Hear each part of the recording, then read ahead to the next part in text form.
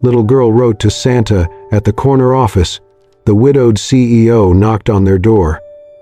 It was the week before Christmas in a small town nestled beneath the snow-covered hills of New Hampshire. The streets shimmered with lights, shop windows glowed with wreaths and ribbon, and the air carried hints of pine and cinnamon. But in a crumbling apartment above a laundromat, Christmas felt far away. 6-year-old Ellie sat cross-legged on a worn carpet, tongue between her lips, gripping a red crayon.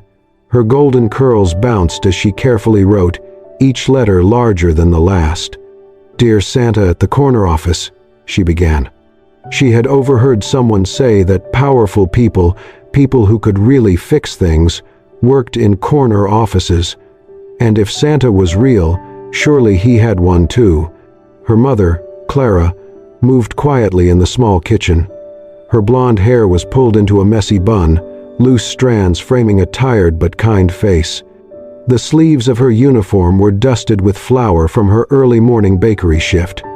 She hummed under her breath, not realizing her voice shook from exhaustion. The radiator had broken again. A space heater buzzed near the window, barely holding off the cold. On the table sat unopened bills, rent, heating oil, and a warning notice from the landlord. Clara glanced over. "Sweetheart, who are you writing to?" Ellie looked up, eyes bright. "To Santa, but not the North Pole one. This one works in a corner office. Maybe he knows more." Clara chuckled softly, though it was tinged with sadness. "Let me know if he writes back." That night, Ellie folded the letter carefully, slipped it into an envelope, and scribbled across the front, "Santa at the corner office, important." The next morning, she dropped it into the large green mailbox outside the bakery, not knowing it was for company mail only. 3 blocks away, in a sleek glass building laced with ivy, the offices of Halridge Estates buzzed with holiday energy. Staff hurried through meetings, trees glittered in every corner, and the top floor, the corner office, belonged to CEO Graham Halridge. Graham, 42, stood tall in a pressed suit, dark hair graying at the edges. His office overlooked the town, a view he hardly noticed anymore. Since Anna passed, everything felt distant. Even Christmas. That afternoon, during a quarterly meeting with the finance team, an intern entered and handed him a stack of misrouted letters. One envelope stood out, child-sized, handwritten. Graham raised an eyebrow, opened it, and began to read. "Dear Santa at the corner office, I do not want toys. I do not even want candy. I just want a house where my mommy can stop crying. We try to be good. She works a lot and always gives me the last toast even when she is hungry. I want her to have warm feet again and to smile when she sleeps. If you are real, can you help? Love, Ellie, I am 6. The room fell away. Graham froze, the meeting around him blurring into background noise. He read it again. Then again. He pictured a small girl with sunlit curls and a weary mother giving the last bite of food to her child. "Graham?" one of the managers said, noticing his silence. He waved a hand. "Give me a moment." He stood, walked to the window, and held the letter gently between his fingers. It had been 3 years since Anna, 3 years since he sat beside her in the hospital as her body failed. Before the cancer, they had begun preparing to adopt a girl, around 6, with curly blonde hair. Anna had knitted a sweater for her. It still sat, untouched, in a drawer by the window seat. He had buried that part of himself. Until now. Ellie's letter didn't just stir memories. It broke something open. Not because she resembled the daughter they never had, but because her words held a purity no adult ever dared speak. A letter, misdelivered. Or maybe not. He looked again at the trembling handwriting. "Can you help?" He whispered into the stillness. "Maybe I can." The evening after the meeting, Graham sat alone in his office long after everyone had gone. Outside, the sky had turned the color of pewter, snow falling in slow, silent spirals. On his desk lay Ellie's letter, its edges worn from being opened and read too many times. He leaned back, closed his eyes, and, for the first time in years, let the memories come.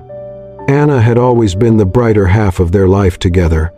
Her hair was pale, blonde, like winter sunlight, and her laugh could fill a room. She painted in soft pastels, baked lopsided birthday cakes, and danced barefoot in the kitchen on weekends. She found joy in the cracks of ordinary life. She had wanted a child with a tenderness that moved him. "Maybe she'll have curls," Anna would whisper, curled beside him on the couch. "Golden curls that shine like yours." "My hair's not golden," he'd joke. "Then she'll get mine," she'd grin. "A little girl with bright blonde hair. I can see her already." But nature had other plans. After 2 failed fertility treatments, they turned to adoption. They filled out forms, sat through parenting classes, and finally got approved. One day, the agency showed them a file. Inside was a photo of a girl, no older than 5, with soft curls and a hesitant smile. Anna cried the moment she saw it. "She's the one, Graham. I know it." In the weeks that followed, Anna began knitting a pale yellow sweater with tiny white star-shaped buttons. She worked on it during chemo sessions, her hands steady even when her strength wasn't. On good days, she hummed while the yarn slipped through her fingers. On bad days, she barely spoke, but the sweater grew, stitch by stitch. "She'll wear this when she comes home," she said once, her voice faint but sure. Graham didn't point out how her hands trembled. As Anna's condition worsened, so did the timeline. The agency eventually called. They would have to place the child with another family. They were kind, but clear. They needed stability. They understood the situation. Anna didn't argue. She simply held the unfinished sweater to her chest that night and wept until morning. 3 months later, she was gone. After her death, Graham became mechanical. He rose early, buried himself in meetings and numbers, handled everything. Work didn't ask him to feel. That was the appeal. He stopped going to parks, skipped family holidays, ignored birthdays. Anything involving children was off limits. The house stayed immaculate, like a museum curated by grief. But he never got rid of the yellow sweater. It remained neatly folded in the bottom drawer of the window seat in his room, untouched, but never forgotten. Sometimes, when the silence got too heavy, he would open the drawer and look at it. He never took it out, just looked, then closed the drawer before the ache could rise too far. Now, in his office, the city asleep beneath fresh snow, Graham reached into his coat pocket and pulled out Ellie's letter once more. He traced the crooked lines with his fingertips, the simplicity, the hope, the rawness. She hadn't asked for toys or candy, just a house, so her mother could stop crying. That small, honest plea cracked something in him. A warmth stirred in a place long shut tight. He clutched the letter to his chest and leaned forward, breath catching. His shoulders began to shake. He tried to breathe through it, but he couldn't. For the first time since Anna's passing, tears rose. One fell, then another. He covered his face with his hands as a sob broke loose, deep, rough, pulled from a place long hidden. The little girl's letter blurred behind his tears. She didn't know him. She hadn't even meant for the letter to land where it did. But somehow, her words, those unguarded, childlike hopes, had reached straight into the coldest part of him, and they had woken something up. Something he didn't know still lived, and he could not, would not, ignore it. The next morning, Graham walked into the office earlier than usual. He carried no briefcase, no tablet, only Ellie's letter, folded carefully in the inside pocket of his coat. His assistant, Lena, was already at her desk, sipping coffee and scanning emails. She glanced up, startled. "You are never in before me," she said, raising an eyebrow. "Is something wrong?" "I need your help," he replied, placing the letter on her desk. "I need to find the girl who wrote this." Lena picked up the envelope and read the letter silently. Her expression softened as she reached the last line. "Do we know anything else?" she asked. "Only this," he said, pointing to a faint pencil scrawl on the envelope. A partial return address, a street name, no number, no city, but it is local. I need you to find them. The child, the mother, both. Lena hesitated. Should I go through the agency we used before? No, Graham said quietly. This is personal. She asked no further questions. By afternoon, she returned to his office with a printed sheet and a knowing look. There is one apartment building on that street. Unit 4B, she said. Rented to Clara Winslow, single mother. Works night shifts at the bakery on Main Street. Daughter's name is Eleanor Winslow. Goes by Ellie, 6 years old. Graham stared at the name, running a thumb along the edge of the paper. Would you like me to call her? Lena asked. He stood. No, I will go myself. Clara was sweeping the entryway of their tiny apartment when a knock sounded, firm, polite, unfamiliar. She wiped her hands on her apron and opened the door cautiously. A tall man stood in the hallway, dressed in a charcoal coat, December wind still clinging to his shoulders. He looked utterly out of place in the dim corridor. Miss Winslow? He asked. She nodded, guarded. Yes? My name is Graham Halridge. He hesitated, clearing his throat. I believe your daughter wrote me a letter. Clara's brows drew together. I do not understand. He reached into his coat and pulled out the envelope addressed in Ellie's careful handwriting. She sent this to Santa at the corner office. It ended up at my desk. I run Halridge Estates.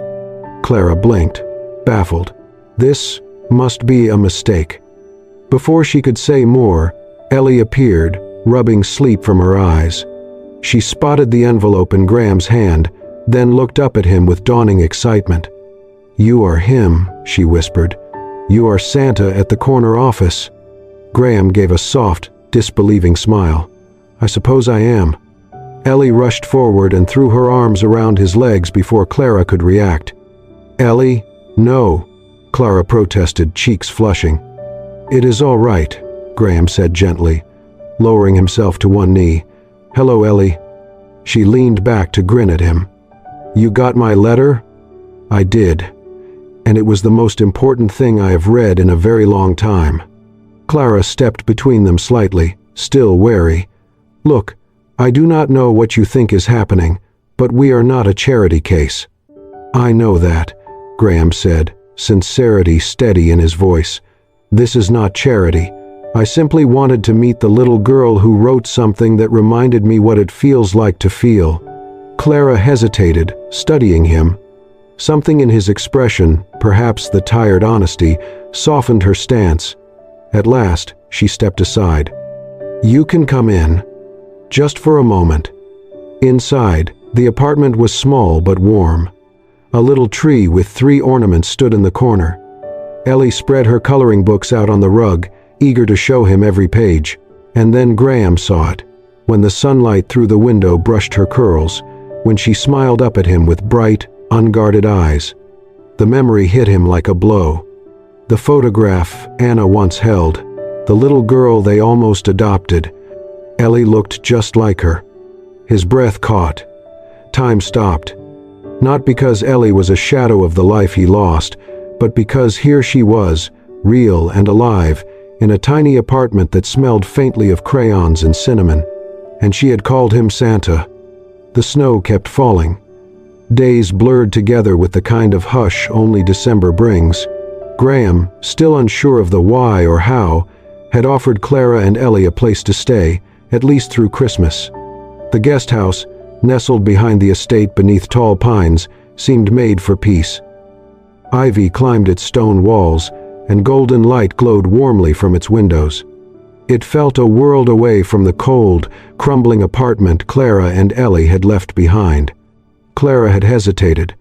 She was wary, uncertain of his intentions. But Ellie, full of wonder, had tugged her sleeve and whispered, Maybe this is Santa's house too. Clara agreed, with one firm condition. I'll cook, I'll clean. I don't want to feel like a guest, she said, her chin lifting with quiet pride. Graham only nodded. From the first morning, something shifted. Clara woke before dawn, her blonde hair pulled into a loose bun, sleeves pushed up as she moved through the small kitchen humming softly. Her eyes still carried the weight of too many sleepless nights, but they sparkled when Ellie came bounding in, asking for snowman pancakes with a giggle.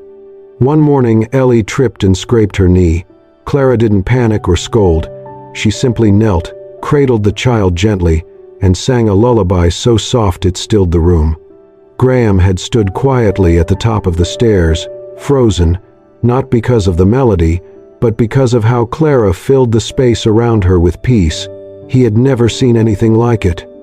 Meanwhile, Ellie attached herself to Graham completely. Each day brought a new picture, a wild question, or a plea for help. They spent long hours together finishing a wooden ship Graham had started years ago but never completed. One afternoon, as the snow fell thick and soft outside, Ellie pointed to the carved figurehead and asked, "Who is she?" Graham paused. "A fairy," he said gently, "with hair like snow. She used to live here before she turned into stardust." Ellie gave a solemn nod, and later that night, she added a tiny paper crown to the ship's bow. Clara watched from a distance.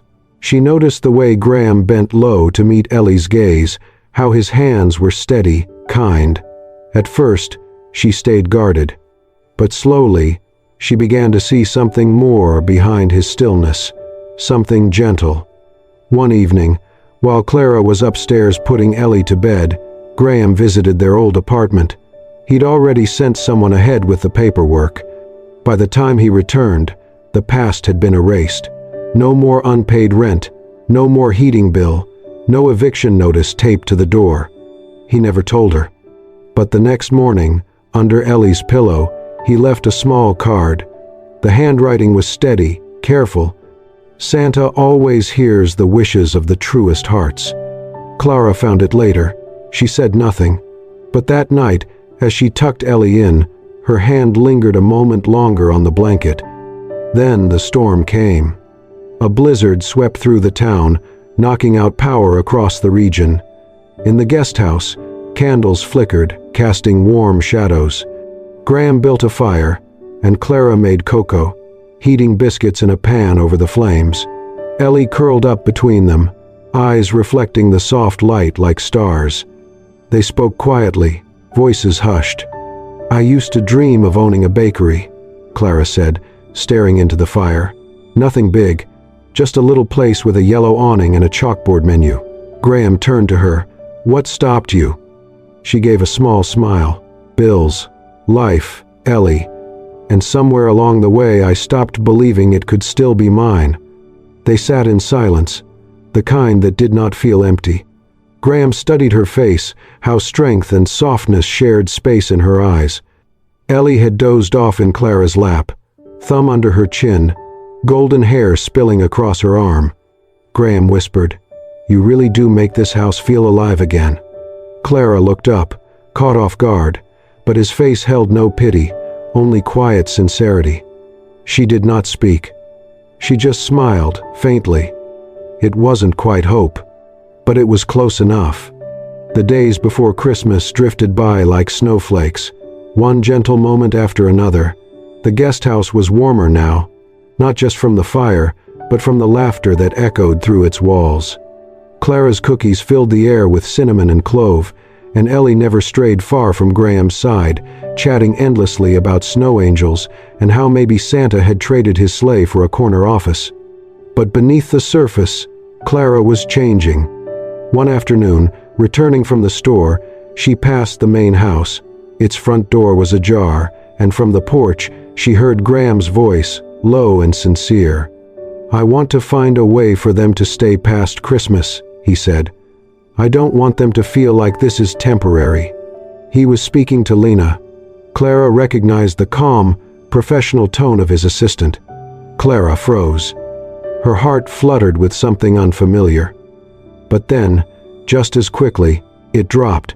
She stepped away before she could hear more. That night, her phone buzzed with a message from a former coworker she hadn't spoken to in months. "Careful, Clara. I know men like him. Rich guys don't give without wanting something back. She stared at the screen. She shut off the phone, but the words stayed. The next morning, she skipped breakfast with Graham and Ellie, saying she had errands. When Graham offered to help bring down holiday boxes, she refused. She began speaking less, smiling less, looking away when he looked her way. Graham noticed. So did Ellie. One evening, Graham invited them to walk the garden path, now lit with strings of white lights. Clara shook her head. "It's cold," she said, avoiding his eyes. "Are you sure?" he asked gently. "I'm sure," she replied. "You two go." He nodded, but something in his chest pulled tight. He left with Ellie, who kept glancing back toward the guest house. That night, once the house was still, Clara sat at the kitchen table. Behind her, a half-packed duffel bag waited on the floor. She picked up a pen and wrote slowly, "Dear Graham, thank you for everything, for the warmth, for the kindness, but we can't stay. This world, it's not ours. Wishing you peace, Clara." She folded the letter, placed it on the table, and turned off the lights. Quietly, she packed Ellie's things: a few clothes, a stuffed bunny, a crayon drawing from the wall. She had just zipped the last pouch when a small voice behind her whispered, "Where are we going?" Clara turned. Ellie stood in the doorway, blanket in hand, eyes wide with sleep and fear. "We're just heading home," Clara said softly. Ellie's lips trembled. Her gaze moved to the bags, then back up. "Why?" she asked. Clara knelt beside her. "Because this isn't really our life, sweetheart. It was just a visit." Clara searched his face. There was no pressure in his voice, only something soft, vulnerable. She nodded. They drove in quiet through the outskirts of town. Pines lined the road, heavy with snow. The world felt hushed. When the car slowed and turned into the small cemetery near the woods, Clara's breath caught. She glanced at Graham, but he kept his eyes ahead. They parked near a path of stone markers, the ground blanketed in white. Graham stepped out and opened the trunk. He pulled out a simple bouquet of white lilies, wrapped in brown paper. Clara followed him through the snow-covered path until they reached a modest headstone. Anna Halridge.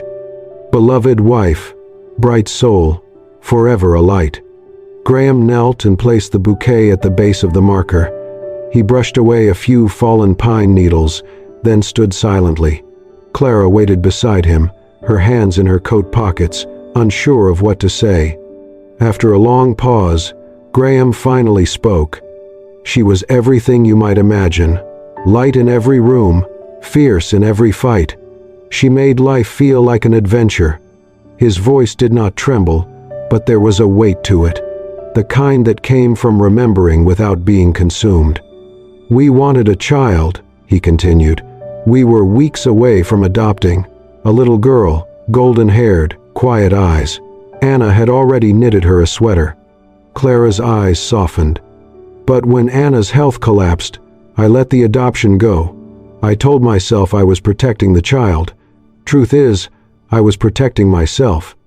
He turned toward Clara then, his eyes steady.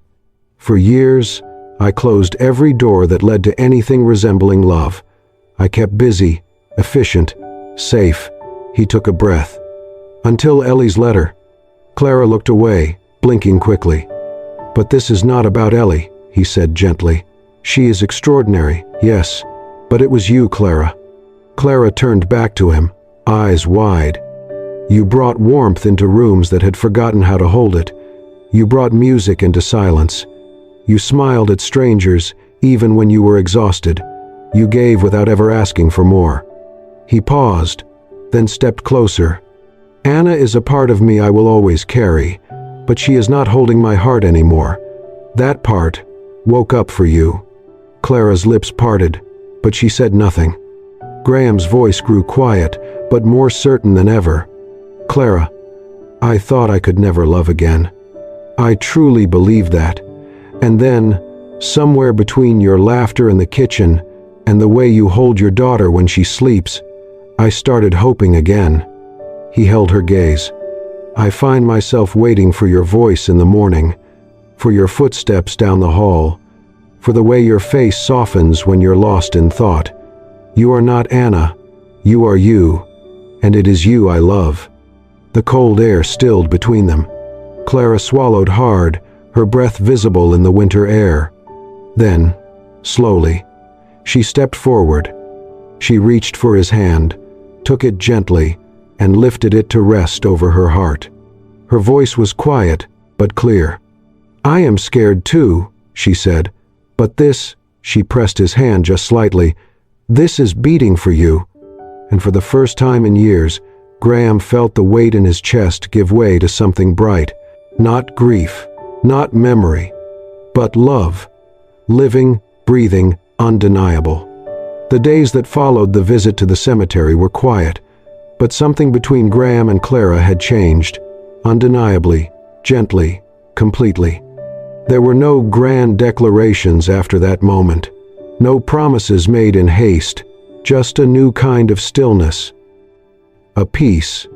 Clara moved through the house with a softer gaze, and Graham found himself looking up more often, listening for her laugh, for Ellie's footsteps on the stairs, for the sound of life returning to his home. But Graham had never been one for half measures, and love, true love, deserved more than just warmth. One morning, before the sun had fully risen, Graham drove to the county office. It was snowing lightly as he stepped inside the small government building. The woman at the front desk recognized his name immediately.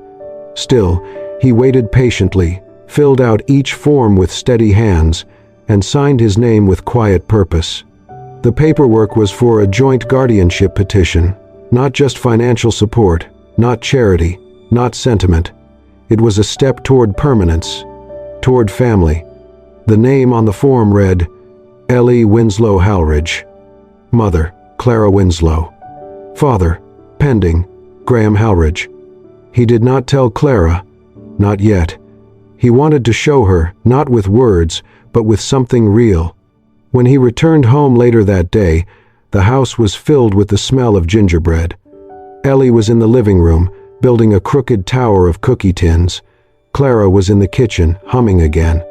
He went upstairs to his office, pulled out a thick envelope, and wrote a note by hand. The ink paused only once.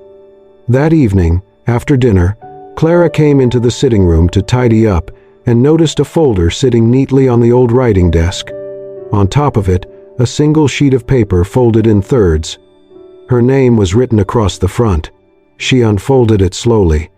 Clara, I know what it means to lose something you never thought you would have to let go of.